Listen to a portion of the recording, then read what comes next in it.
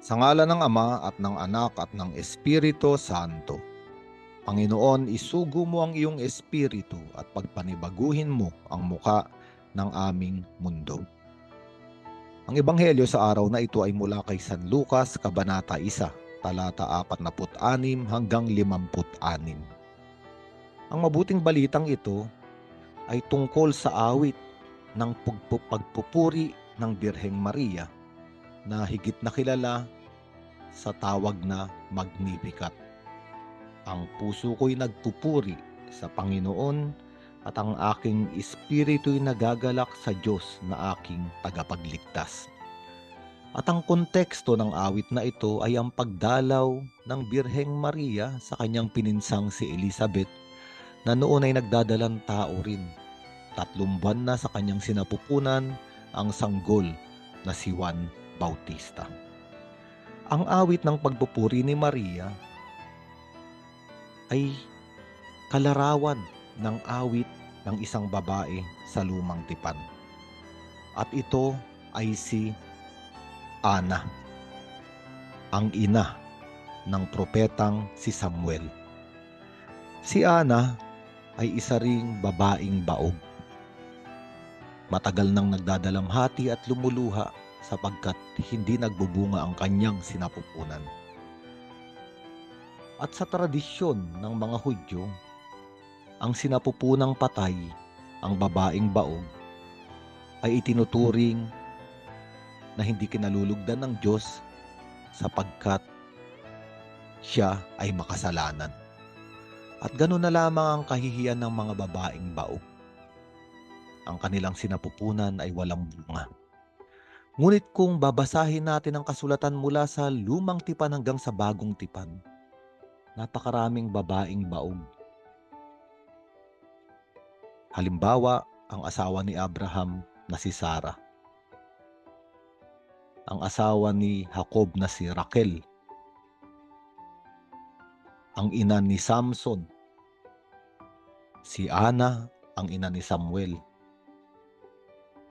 At higit sa lahat sa bagong tipan, si Elizabeth o si Isabel, ang pinsan ni Maria. Ngunit ang Diyos ay may kapangyarihang magpalabas ng buhay sa isang sinapupunang patay. At sa mga babaeng ito makikita natin na lumitaw ang buhay. At ang mga buhay na lumitaw sa mga sinapupunan na ito ay malaki ang naging tungkulin sa kasaysayan ng kaligtasan. Ang ibig sabihin, may kakayanan at may kapangyarihan ng Diyos na alisin ang sumpa ng kamatayan, pahiri ng mga luha ng kapighatian.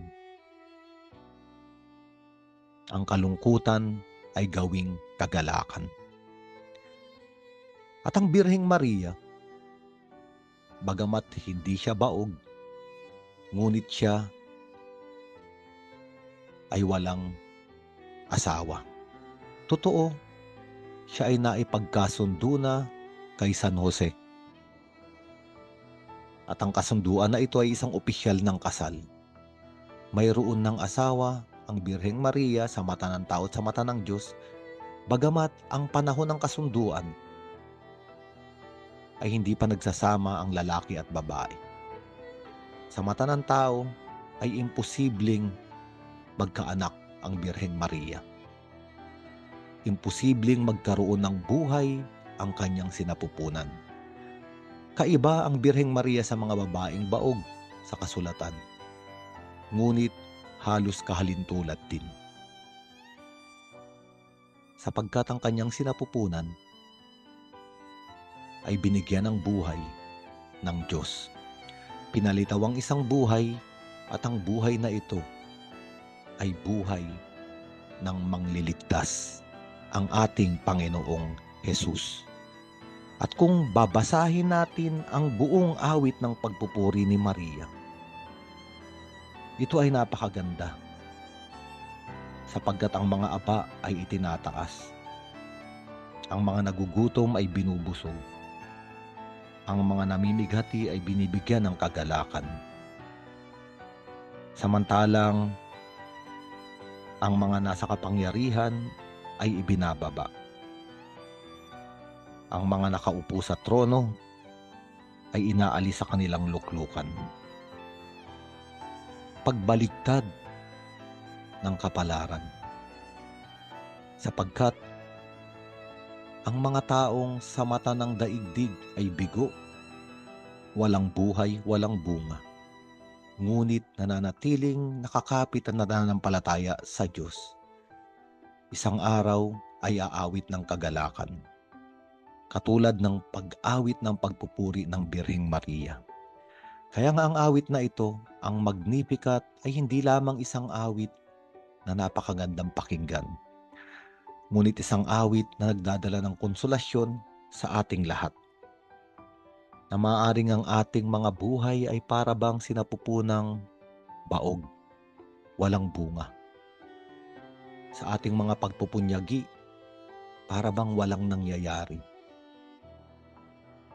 Sa ating paggawa ng mabuti, para bang walang konsolasyong dumarating.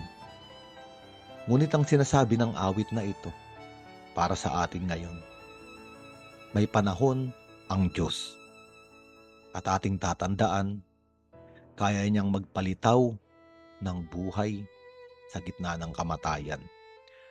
Kaya niyang gumawa ng daan ng kaligtasan sa gitna ng disyertong tuyo. Ang ibig sabihin, kaya niyang bigyan ng kagalakan ang inaakala nating buhay na puno ng kalungkutan. Higit sa lahat, kaya niyang bigyan ng buhay na walang hanggan ang akala natin o inaakala nating mga buhay natin ngayon na unti-unti nang lumulubog sa kamatayan. Isang mabuting balita na puno ng pag-asa. Isang mabuting balita na naglalarawan na nakatingin ang kalangitan sa atin. Nakangiti ang Diyos sa kanyang mga anak. Mababa sa tingin ng mundo, ngunit itinataas ng Diyos sa kanyang puso. Katulad ng Birheng Maria, katulad ng mga babaeng baog sa kasulatan. Tayo ay inaanyayahan ngayon na tanggapin ang mabuting balita. Ang mabuting balita ng salita ng Diyos. At ang salita ng Diyos na naging laman sa sinapupunan ng Birheng Maria ay maaari ring maging laman sa atin ngayon. Ang ibig sabihin, ang ating Panginoong Jesucristo ay maaari maging bahagi ng ating buhay. At siya ang kagalakan. Siya ang totoong kaganapan. Sa piling ng Birheng Maria, tayo ay umasa, tayo ay manalangin upang kanya rin tayong ipanalangin sa kanyang anak na ating Panginoong Jesucristo. Sa ngalan ng Ama at ng Anak at ng Espiritu Santo.